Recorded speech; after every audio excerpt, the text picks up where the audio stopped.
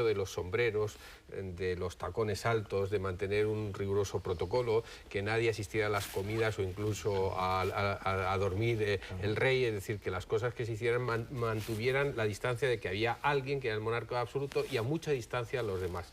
Probablemente, y por lo que cuentan las crónicas, pues debía ser una verdadera melé de mezcolanza de todo el mundo entrando y saliendo, eso en la corte de falta española de higiene. No existía. Yo creo en la corte española había más protocolo. La corte española porque los Austrias impusieron otro tipo de protocolo completamente distinto. Probablemente las cortes anteriores a los Austrias, no digo ya lo de los reyes católicos, la de la muy caótica Castilla de los siglos XIV y XV, pues probablemente de los Trastamara pues fueran bastante parecidas, ¿no? Es igual lo que tú decías de las callejas. Tenemos una idea de las ciudades casi como con el ingeniero Haussmann de los bulevares, ¿no? Completamente distinta. El París, yo recuerdo un compañero mío que me pidió hace tiempo, porque era un fanático de Dumas y de los Tres Mosqueteros, un plano de París que le conseguí pues cerca de la Rivoli, y te quedabas asombrado del laberinto de callejas que era, como Madrid hasta que se hizo la Gran Vía. Todo el centro de Madrid era una verdadera madeja de callejuelas, ¿no? donde se apilaban la gente. Aquí yo creo que hay una idea excelente puesta en escena. Yo creo que no hay muchas ideas de puesta en escena, dicho sea pasa, en la película, porque Chekhov lo que intenta es que el espectador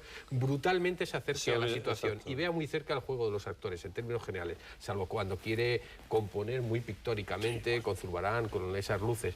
Pero hay un par de ideas excelentes, y es una Steadicam, una cámara muy movible por las calles, por las callejuelas de París, cuando Margot y Henriette van buscando al que luego será, sin saberlo, con esa máscara, ¿no?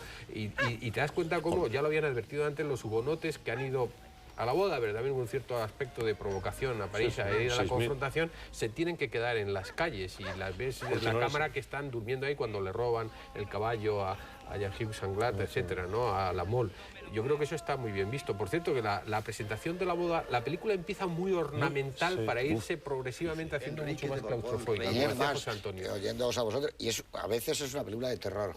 Sí, es que de estética de película de terror, los rojos, yo diré después mi escena, y mi escena es de terror, pero vamos, de canónica, de terror canónico. Yo, ya que has citado el cine histórico español, concretamente La boda, en un plano general, recuerda enormemente, yo no digo eso que la haya visto, probablemente lo haya visto, la de Locura de amor. Es decir, la presentación de los personajes. ¿Y por qué? Porque yo creo que Juan de Orduña hizo una reflexión clásica de cómo debe entrar el poder en una ceremonia. En este caso, provocado por ese larguísimo traveling donde nuestro amigo Carlos Blanco iba añadiendo títulos, como decía Juan de Orduña, se me queda corto, y se inventó señora, y aquí lo repite un poco, ¿no? Entonces progresivamente, Canarias, de todo, está inventado. Progresivamente lo va cerrando. De igual forma, tú hablabas de desmesura. Yo creo que hay, yo me gustaría emplear la palabra extenuación en la actuación. Yo creo que los actores deben de quedar absolutamente extenuados por las exigencias de Chekhov, porque ruedan además muy cerca de la cámara, por lo que están continuamente en tensión,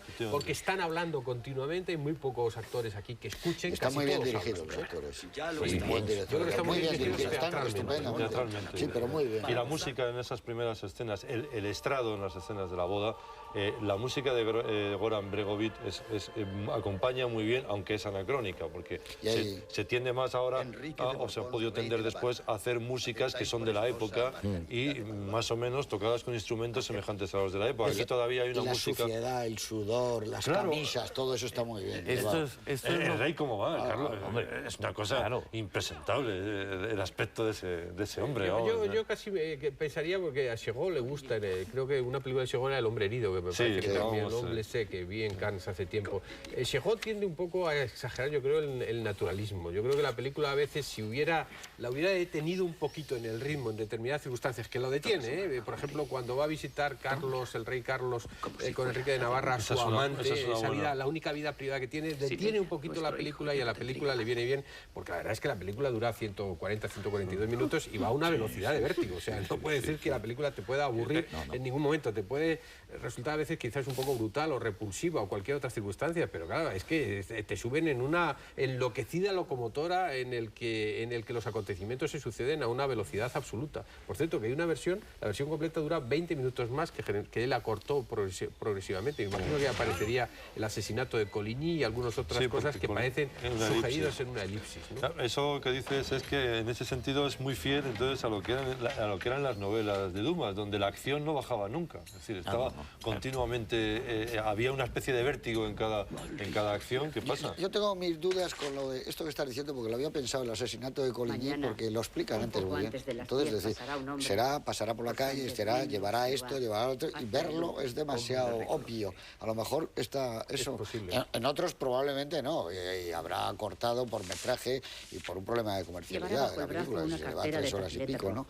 Pero no, yo creo que está bastante bien ajustada, tiene un magnífico ritmo la película. Es una película de largo recorrido que está muy bien. Hay otras películas inglesas que siempre las alabamos y que poco después de esto debió ser Elizabeth, ¿no?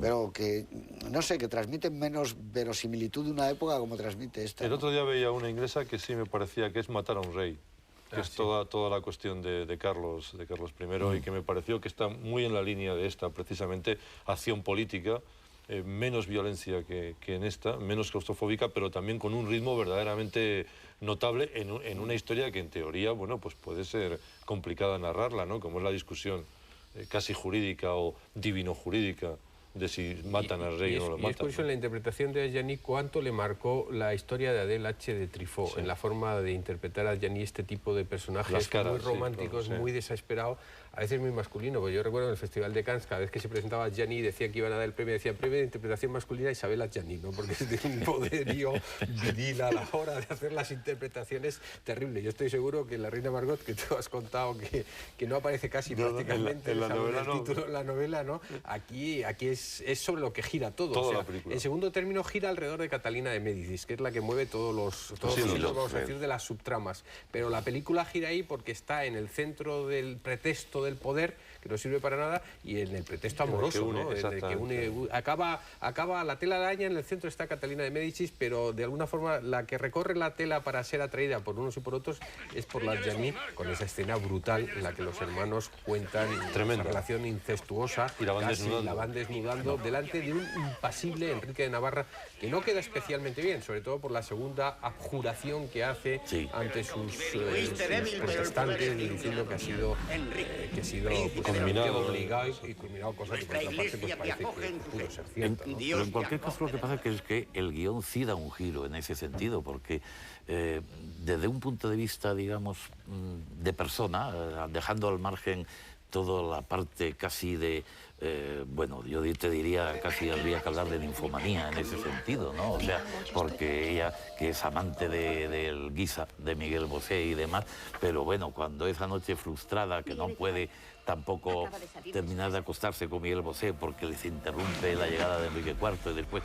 lo único que le pide ella a Henriette y demás es que necesita un hombre esa noche, y es cuando salen a buscar un señor, digamos, a la calle, con el cual hay una escena brutal, digamos, de hacer el amor en plena calle, ahí de mala manera, pero luego, fuera de eso, es el personaje quizá más limpio de todos ellos, es la que les avisa a los hugonotes de que están metidos en una trampa y que más vale que se vayan corriendo porque van a morir todo el tiempo, la que de alguna manera intenta que Enrique IV, que le hacen por lo menos, yo creo que a lo largo de la película hay como hasta 3 intentos de asesinato más o menos frustrados, porque el asesino este que contrata a la reina, digamos, será muy profesional, pero gracias, en ese sentido es bastante torpe, o sea, falla con Coligny, o sea, le falla con estas cosas y le ayuda mucho, ¿no?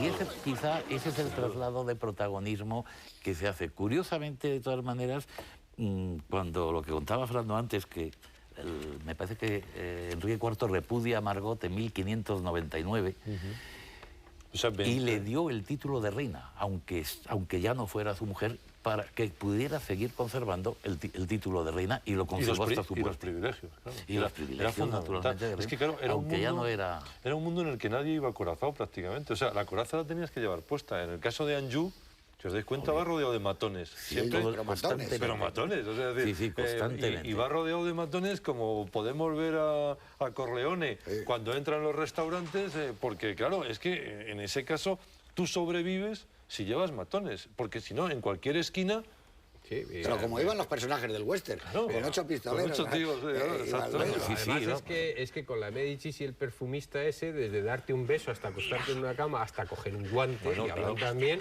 o ojear un libro, esto que te llevaba a la muerte. Es horrible esa advertencia que le hace el perfumista culpable a al rey Carlos IX, diciéndole que la muerte será lenta, ¿no? Y se recrea con esa sangre que parece acabar dejando exangüe, que esa es una bonita idea de puesta en escena teatral, cuando el rey casi al final es conducido en esa especie de parihuelas o silla gestatoria, va de blanco y ella aparece blanca y él dice, es mi traje favorito, ¿no? Igual que hay una frase brutal cuando dice, Margot es nuestra.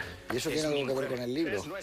Pues no lo sé, porque yo la reina Margot no lo leo. Yo tampoco, cuidado, yo lo he ojeado, os he contactado, pero no lo he leído y no sé hasta qué punto